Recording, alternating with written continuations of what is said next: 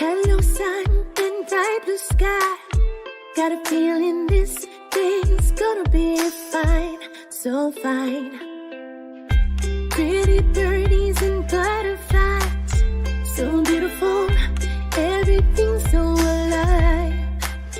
I'm gonna bloom where I am planted, like flowers in a garden. Seasons change, people change, and I can too. Let me be brand new, get in the flow, it's time to grow.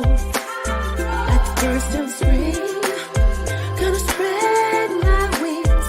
It's time to fly, free, happy, alive. It's time to fly, free, happy, alive. All night is lit up so colorful, got rainbows dancing in my eyes, it's so bright. I let the sun kiss me head to toe.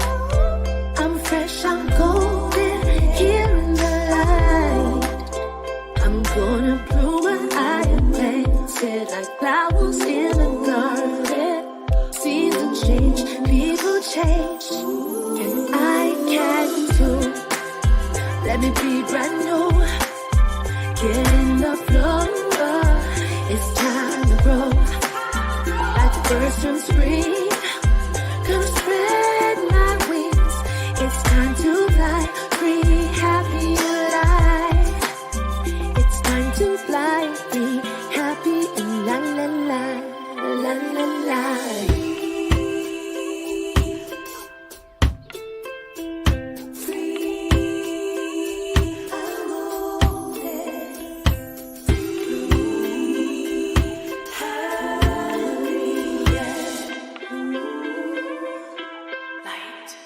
Breaking through, let me be brand new, get in the flow, it's time to grow, like the first of spring, gonna spread my wings, it's time to fly, free, happy, and la la la. I'm breaking through, let me be brand new, get in the flow, it's time to grow. Grow like the first of spring, gotta spread my wings. It's time to fly, free, happy, alive. It's time to fly, free, happy, and la la la, la la la.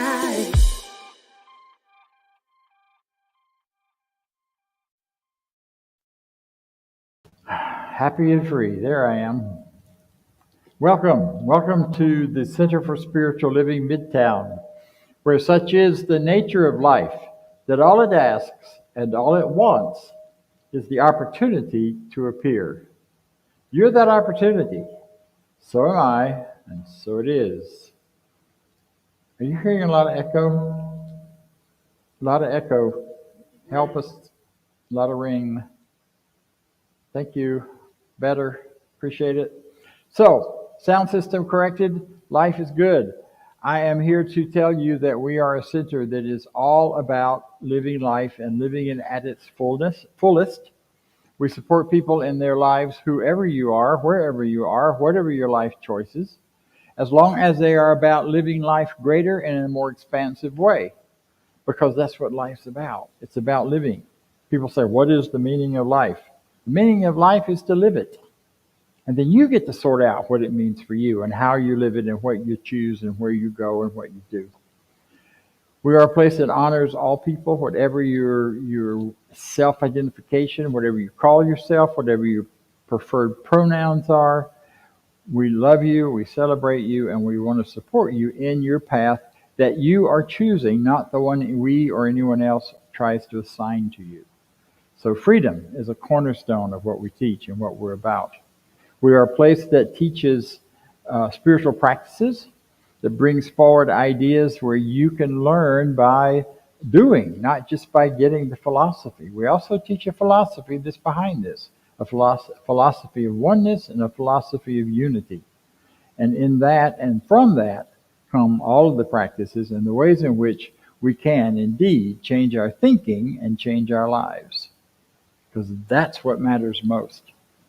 It's how you're thinking about what happens to you, not what happens to you, because that stuff comes and goes and life just does its thing, and sometimes we get surprised. But what we think about it has everything to do with how we're going to ultimately experience those surprises. So, who are we? That's who we are. I'll tell you more about who we are as you listen to our Declaration of Principles, which was written originally by Dr. Ernest Holmes.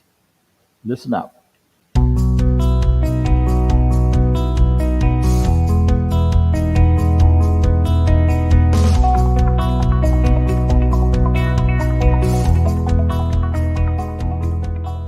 I believe in one God, one absolute power and first cause to all things. I believe that this power is perfect love and creates out of a desire to express love. I believe all thought is creative, and how I choose to think creates my personal experience.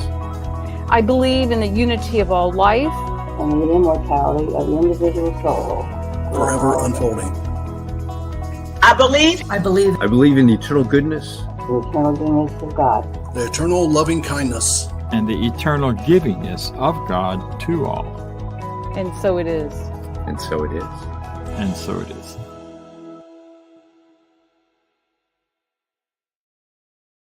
That Declaration of Principles says, because that's just a small part of it.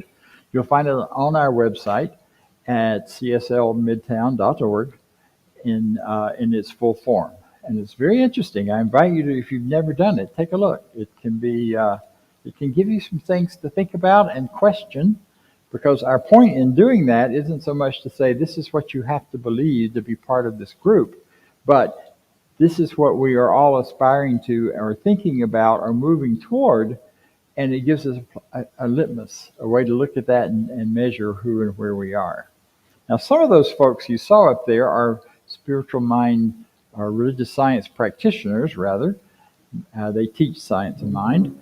Practitioner is someone who has studied this teaching, who's demonstrated that they can make amazing, wonderful changes in their life as a result of changing their thinking, using some of the techniques and philosophy that we teach.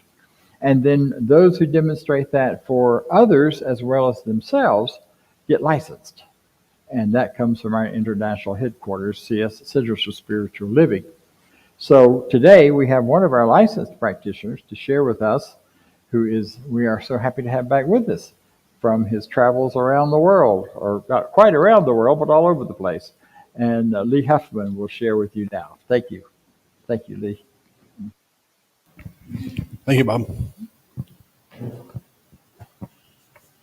Happy Easter, everyone. I hope you're having an amazing weekend. I've said this before from this platform, that my favorite line out of the Statement of Principles, a short one that we have, is the third line, which says, all thought is creative, and how I choose to think creates my personal experience. Last week, and I'm not even sure which app came up on my phone that did this, but a minister was talking, and his sermon actually proved this point. While this weekend focuses on Jesus and the resurrection in the Christian faith, the minister was speaking about someone who's almost forgotten in that story. And that person is the thief that's on the cross beside him. There were two criminals, and there's a number of stories as to who's who, but there's a thief, maybe they both were. But those of us that were brought up in the Christian traditions know that Jesus turned to him because one was bad-mouthing him. He turned to the other one who was supporting him and said, "Today you will be with me in paradise." So I'm driving on down the road and I'm thinking, what did the conversation look like when the thief got to paradise, got to the gate, and started talking with St. Peter? So I imagine something like this. St. Peter would say, "Hello, how are you?" Now the thief, a little bit dismayed, says, "I'm here," and a little bit bewildered. St. Peter might ask, "Why are you here?" And pointing at Jesus standing beside him, the thief may say, "He told me I could come." St. Peter would say, "Okay, but do you understand the doctrine of faith?" And the thief would say, "Well, no, but he told me I could come." "Well, have you been baptized in the river?" "No, but this man told me I could come." "So did you give a tithe of all your earnings to your church?" And the thief would say, "No." Earnings is a little bit strange word there, but no. "But I believe this man when he told me that I could come and get into paradise and that I could live forever." About that time, old St. Peter would say, his eyes would light up, and he would say, "So you believed?" And the thief would say, "Yes, sir, I do believe." Then with a broad smile on his face, St. Peter would turn, unlock the gate, open it wide, and with a gesture welcoming the thief into paradise, he would say, "And so it is." That's all it is. All thought is creative, and how I choose to think creates my personal experience. As a practitioner, we study a lot. And it's an honor to study under such leaders as Reverend Deen and others that we've studied over the years. But also as a practitioner, we get the honor of saying, writing, and providing spiritual mind treatments for the people in our community. And we're happy to do that. You can find the practitioners on our website and reach out to them. Spiritual mind treatment is a powerful tool for helping us believe. It helps erase any doubt that we have and strengthens our belief system. It helps us know what is true. So today, I have the opportunity to lead us through a spiritual mind treatment, a simple affirmative prayer, much like the Lord's Prayer and other prayers that you'll find in spiritual writings all around. But since I can only create a belief system in myself, and you can only create your belief system, I will say it in my words. I will say it in the first person. As you hear my words, take any part of it that resonates with you, that is true for you, and say it in your own mind. Treat your own mind with it, so that you can believe it and it can change for you. If there's any part of it that doesn't resonate with you, throw it away. It doesn't matter. What's left will be good for you. So let's take a deep breath and relax and clear our minds.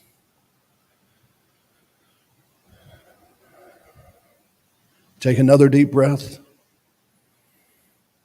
Push away the sound of that dog barking outside your door. That noise coming from down the road. The sorrow from what we have lost in the past few weeks. all the things that might distract us from this moment right now. Breathe deeply and just let the last week go by. Prepare yourself to fill your mind. Whatever it is that you need to believe and receive, the goodness from the universe, be open to that. Now know this with me if you will. I believe that there is one God, one absolute power and first cause to all things. I know in the beginning, the only thing there was God. God, therefore, created everything out of itself. God can manifest anything that I desire and believe. If I have a need for comfort, God will comfort me because I believe. If I have a need for companionship, God will provide companionship for me because I believe.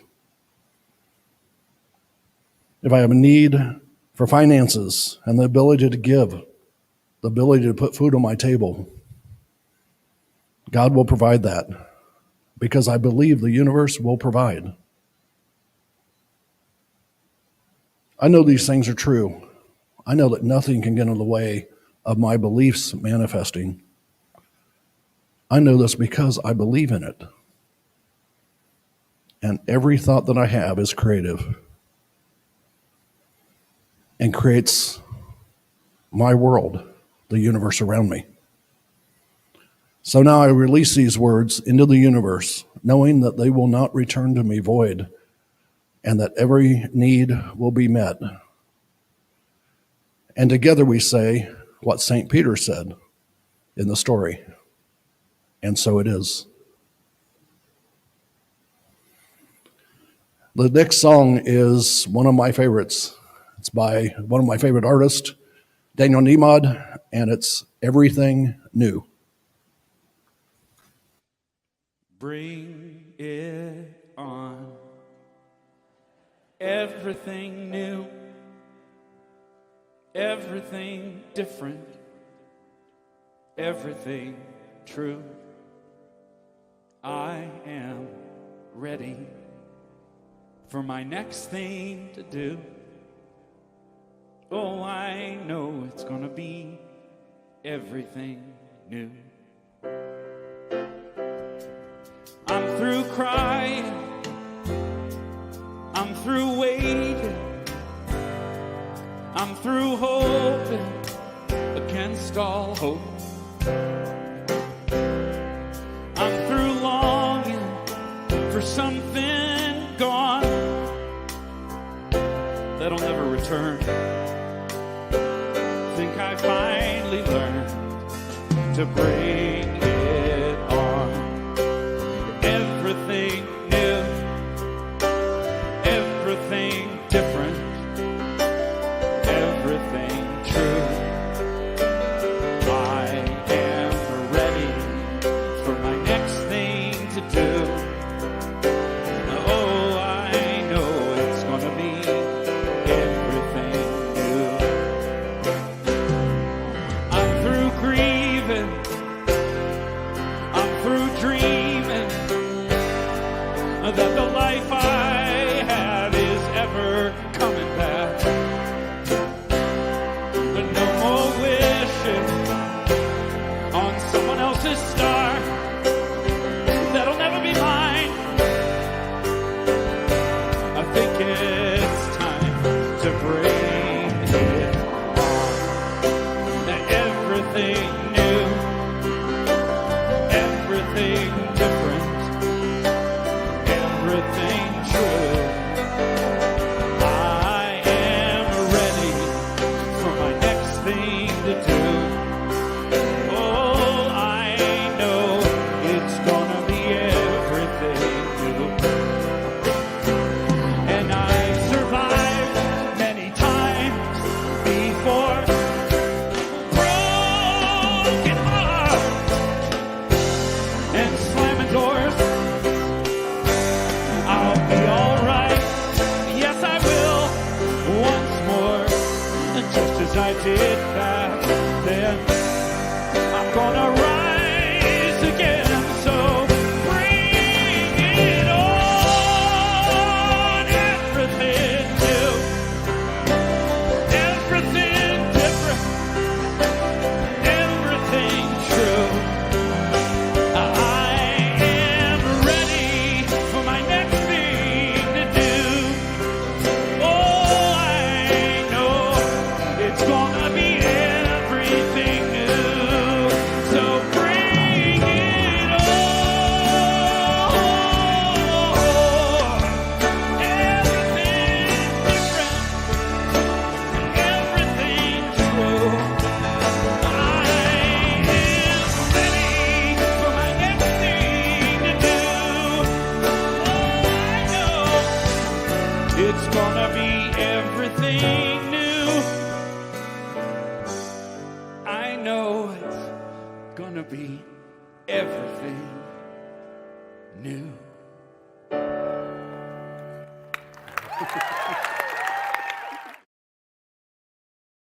Everything New is a great song. I'm not sure those of you on the internet got the words. We were not getting them too well in here, but it's the sound system and we don't know yet what's going on.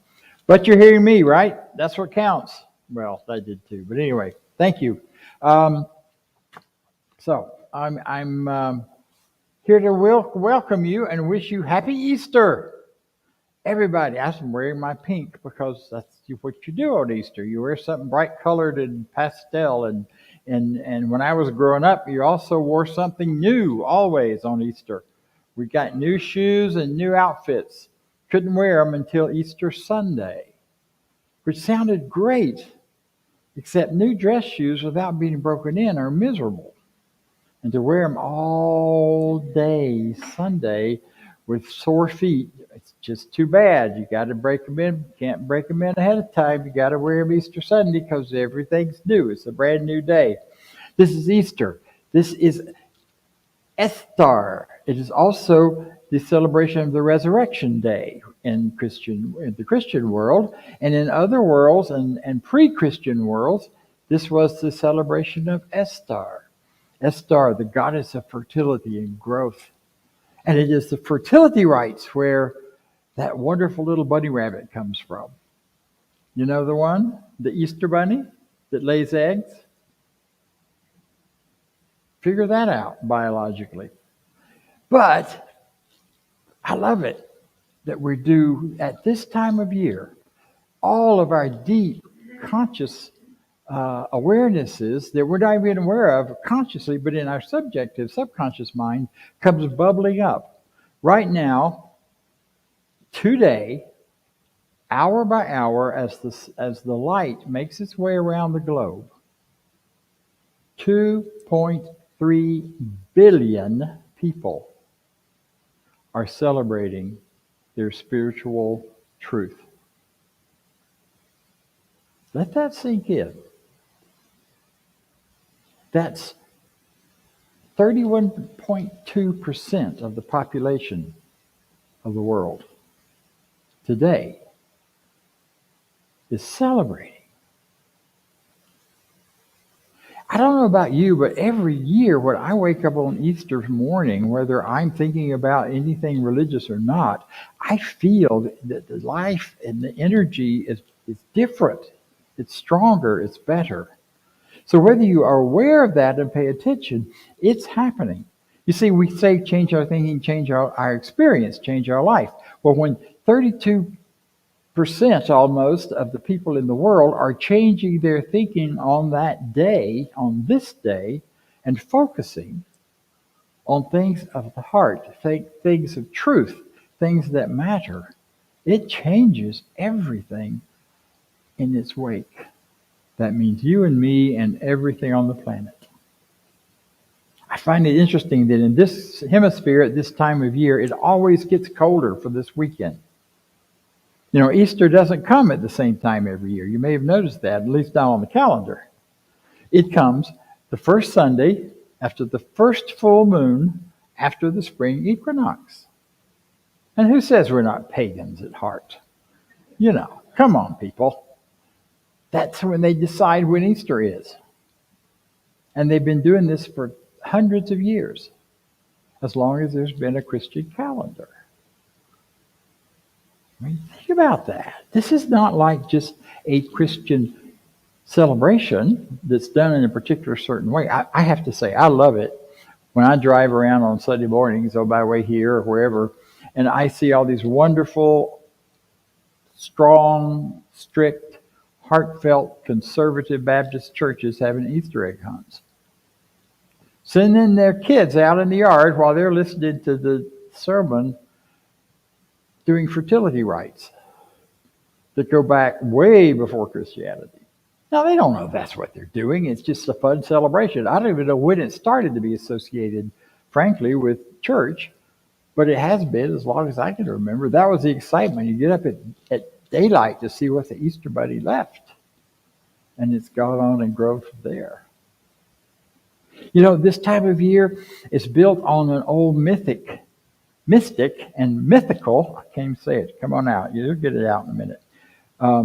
The god Mithra, which precedes Jesus by many years, hundreds of years, was the primary religion of the Roman soldiers. And in that religion, Mithra destroyed his son, sent him into Hades for 3 days, taking with him the sins of the people, and receiving the punishment for the evil of their sins, and was resurrected on the third day.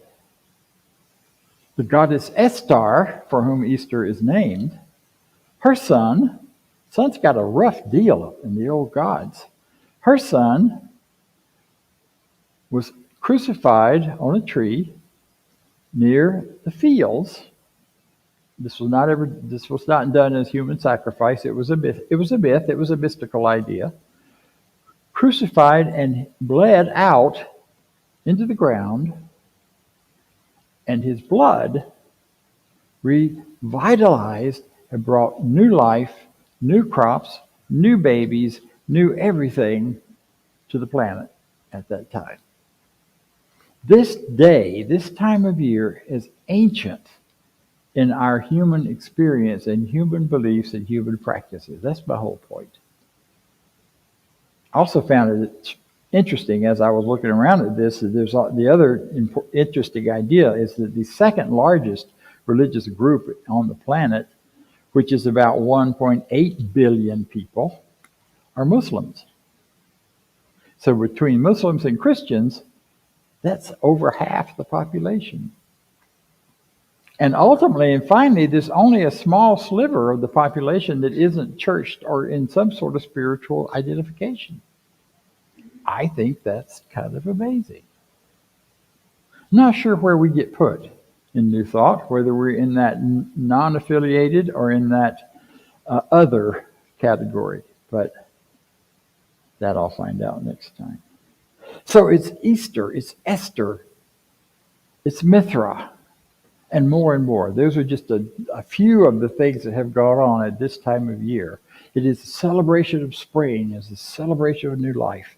And that's what we're all about today. It's new clothes and new shoes, new ideas, newness everywhere you look.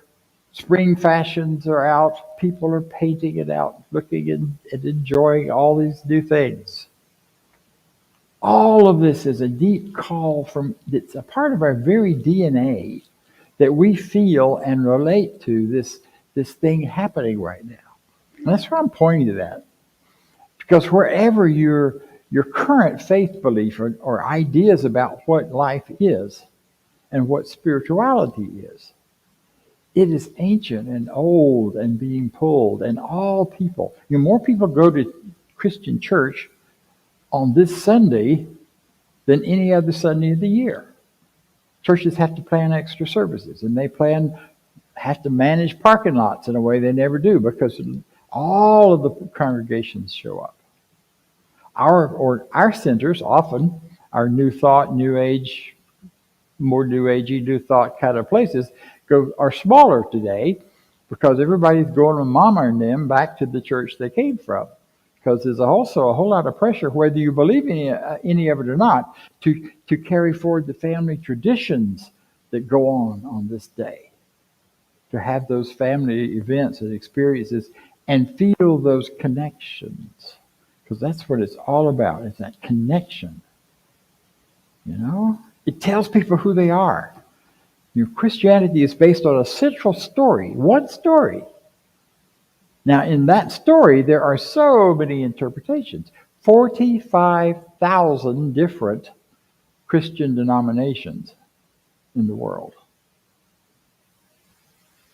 Think about that. No wonder we all have a lot of different groups. Science of Mind is no exception. We have our groups too. But they all revolve around a story which unifies and links people and gives us a sense of connection and a sense of belonging to something. And I say us because many people link us to the Christian denomination. We are definitely not, but we definitely are. It's an interesting thing. Jesus is a great prophet and teacher, and we have believed since the formation of Science of Mind that the ideas there are very core to our teaching. But not that he is the great exception that came along to save all of us. Rather, he's the great example for all of us. That Jesus himself said it, that what we can do, what I am doing, you can do and more. I mean, and that's true in so many ways. We heal in ways that he never even thought of or heard of. We live and grow in ways that he never knew about. And that is a blasphemous statement in many places. One of my early Science of Mind teachers said, Jesus came to point the way, and we've been studying his fingernail ever since. And I think there's a lot of truth in that. We get lost in the detail, we get caught up in that stuff, and get lost on what he's pointing to, which is what Easter is really all about. You know?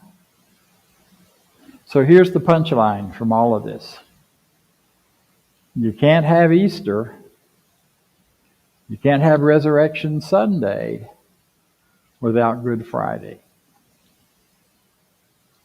And that's the part a lot of folks prefer not to notice. So you don't have a lot of people at Good Friday services, but you sure have plenty on Easter. Because we want to celebrate the new life. We want to see the new life. And many people say our teaching is all about just celebrating the new life, and let's ignore anything to do with Good Fridays, even though every one of us have Good Fridays in our lives. And by Good Fridays, I mean, what Good Friday is. It's the good day. The story says that Jesus died on the cross.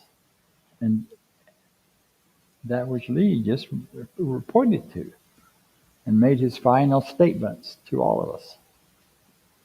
And whether you believe that to be a true story or a mythic story, which is one that is true and happening, whether it ever factually happened to a real person or not, however you believe it, that story is core, it's central to every human being in this part of the planet where Christianity is dominant. And in order to have that resurrection, you got to have something to resurrect from.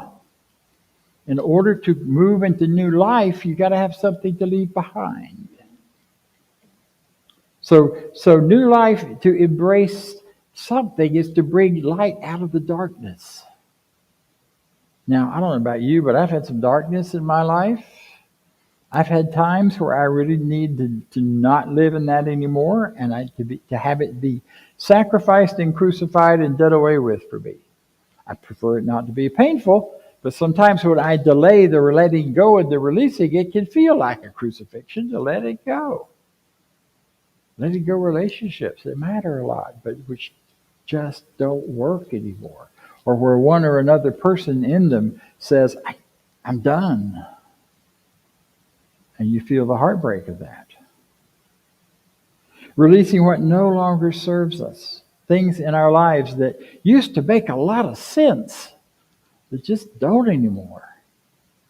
You know the old story, I'm sure by now, that of Christmas or Easter Day when they're baking the ham in the kitchen and they cut off the end of it and put it in the pan and put it in the oven, and the daughter is watching, the mom's doing it. The kid says, "Mom, why do you cut the end off the ham and don't you cook it?" Well, I don't know. Mama always did that. She's in the other room. Let's go ask her. So they go ask Mom, why do you cut the end off the ham?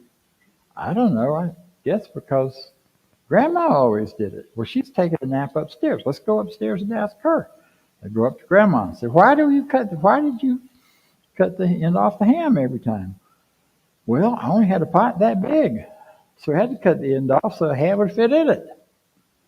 So here we are generations later, still cutting the end off the ham because it was necessary at some point in the past. So much of the pain and hurt that we carry and that continues to mess with us is stuff that just no longer serves us, but we're hanging on to it because it did at one time. It was protection. It was ways that we coped. It was ways to deal with things how they were, and they have changed, but we have not allowed our thinking to change with them. Think about where that would be in your life. Where are the ham hocks you're throwing away? We don't throw those away in the South, but in other parts of the country they do. Yeah.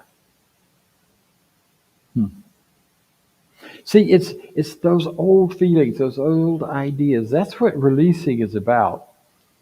It's not about releasing things that still serve us, releasing things that still matter to us, releasing things we still want to do or be. It's about releasing what doesn't. Sacrificing being right for being connected. I don't know about you, but most of my relationships, that's always been an issue. I would rather be right, thank you, because I am. But there reaches a point where I'd rather be loved than right. Doesn't mean I can't still have opinions. So the Good Friday thing is that which goes before, is that which is dark. I have an interesting thing here from, before I go there, this is a tricky kind of conversation because it can start to sound like I'm talking about good and evil, darkness and light, as if they are two powers or two forces in our lives, as if I'm talking about a duality. And one of the criticisms that many people have of certain versions of Christianity is its dualism, that it's the belief in two powers. But at its deepest core, at its real truth, at its earliest expressions, it is not dualistic. It is polarity, and there's a difference in a dualism and a polarity. A dualism says light and dark are two different things. Polarity says light and dark are two expressions of the same thing. There is no such thing as a dark bulb. Not even a black light is a dark bulb. You can't turn on the darkness as a thing by turning on a switch. You could turn on the darkness by turning off the light. But there's still light. So light and dark are two ends of the same spectrum. They're two parts of the same, two ends to the same pole. Like a magnet has positive and negative. Those aren't separate different energies. They're just different ends of the magnet where the electricity is flowing in a different direction. Same thing is true with hot and cold. They're not two different things. Coming in here this morning when the heat wasn't quite up to where it ought to be has felt like a polarity. It's felt like a duality. It was cold. But the truth is it was still warm in here. Nothing was freezing, nothing was icing over, and even if it had been, there was still a presence of heat. Hot and cold are one thing at different points in intensity and frequency. So they're polarity, not a duality. So I'm saying that to say when I'm talking about light and dark, when I'm talking about Good Friday and Easter, I'm saying those have to be together because they are a polarity, singular thing, not because they're two different things. One with darkness and pain, the other with light and freedom.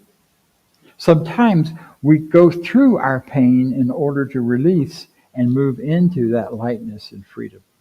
because that's what's available to us. That's where we've been. And because we start out in a world that teaches us about all of these things that aren't the truth, that don't work and aren't real.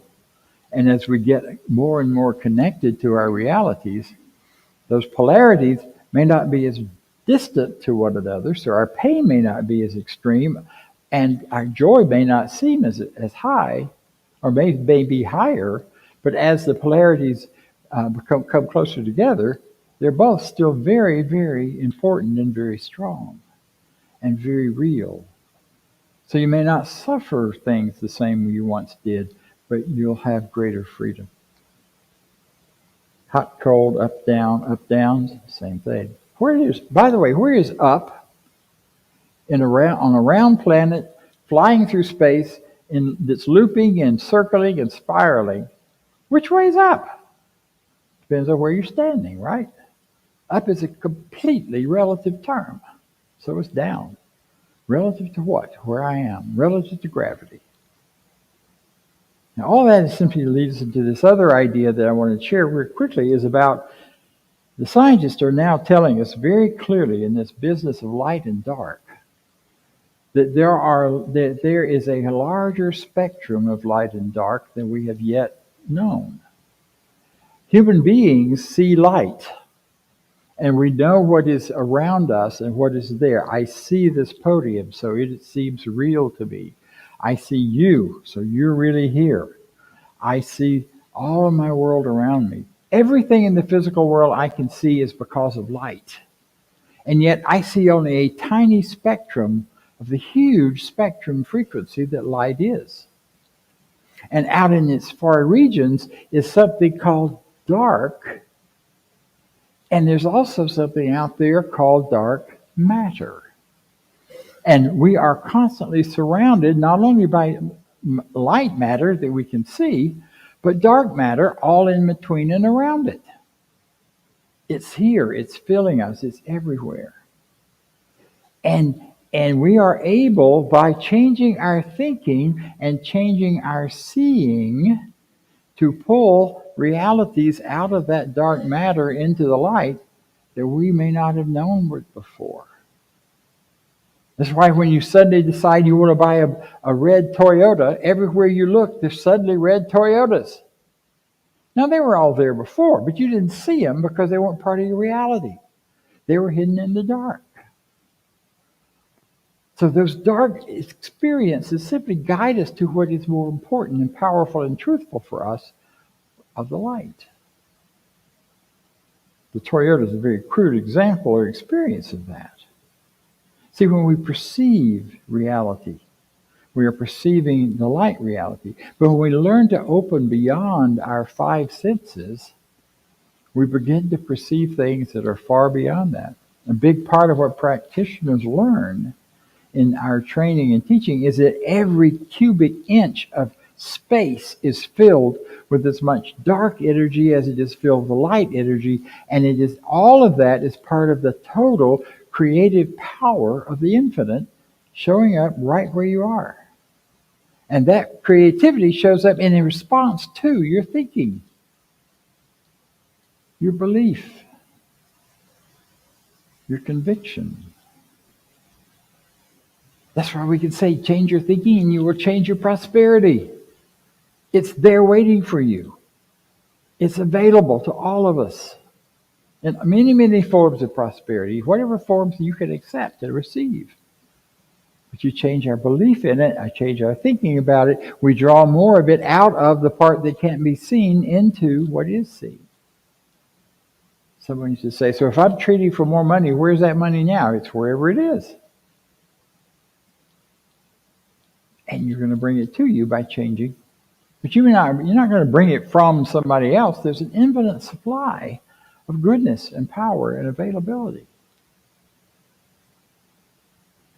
It's also how we can heal instantly. Our bodies are not only are filled with light energy, they are filled with dark energy. And that dark energy can transform and change in a heartbeat, in a moment. As we completely develop that belief in and feeling of its fullness, its possibility, and its greatness. So there's this vastness simply waiting for you to recognize that, like Jesus, you could say, it's finished. I am done with this old stuff. I don't want it anymore. I'm not playing there. Which is a real bad paraphrase of the words from the cross on Good Friday. I've always thought it was strange until I understood some of this, that Good Friday was called Good Friday.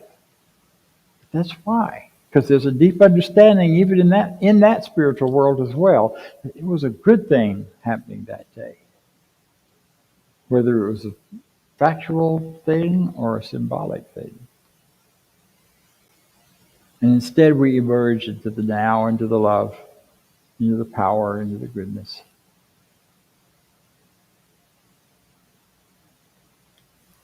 So ultimately and finally, this is a day of celebration of the one power, the one love, the one intelligence that's underneath, behind, and with all of this that we're talking about, of the thing itself.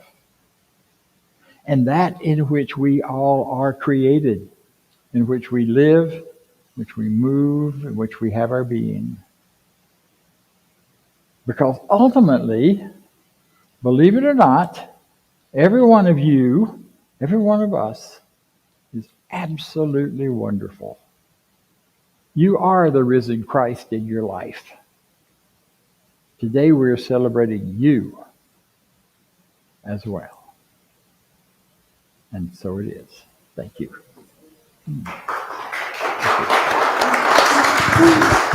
Thank you, Dr. Bob. What an awesome talk. Lots of education there too. Different stuff, learning, which brings us to why we're here. To come together, to celebrate, to learn, to grow, to be in this spiritual community. And with that, it's a time to give. You'll see on the screen our affirmation of prosperity. You can click on the QR code. You can put money in the basket in the back of the room. And online, you can set up a one-time donation or an ongoing donation, however that works for you in your life. So if you will, with me, say our affirmation of prosperity. I live in a universe of abundance. As I freely and joyfully give, I join in the divine flow, and all that I share with life returns to me multiplied abundantly, and so it is. In addition to money, time and talent are things that we like to receive, and in that, we're looking for people to help set up and take down in here in person. And if you're interested in technology, there's all kinds of opportunity there. So if that's something that you're interested in, on the website, there's a link to email for Dr. Bob to do that, to help volunteer, whether it's here or remotely. We can do either one of those. So think about that. If that's your talent, please share that with us. Thank you. And back to Dr. Bob. Whoops. Come on, I can do it. So, in addition, I would just say any talent that you have that you would like to share, we'll find a way to make it an important and integral part of this community. Because we are a community that's not just about receiving, but it's also a community about giving. And so we give and receive and give and receive, and the flow circle keeps going and keeps going. If you have a lack in some area in your life and you want it to be improved, find somewhere to give that matches it. Find a way to set it, because it's like priming a pump. You get it started and you get the suction going and the pump starts pulling the water up and away you go. And the same thing here. When we had an office that had a in-person place, I used to tell folks, you're looking for a job, you can't find one, come work in the office for a week. And you'll get a job, because it'll change your thinking just being there and being around other people like us who believe in your possibility, and that will help you manifest what you're looking for. Well, we don't have an office now. We have offices all around, as we each have our little parts and pieces to do. So that's where what Vance was saying about attracting or inviting you to participate in any of the electronic world that you want to participate, it's a good thing. So let us join then as we close, before I get wound up again and start preaching. Let's share together our closing affirmation. I leave this place now knowing something better than I knew before. I go forth into the world with a heart full of love and a mind full of good sense. I look at the world in a greater way, knowing that I have within me everything I need, the life I desire. I give thanks for this understanding.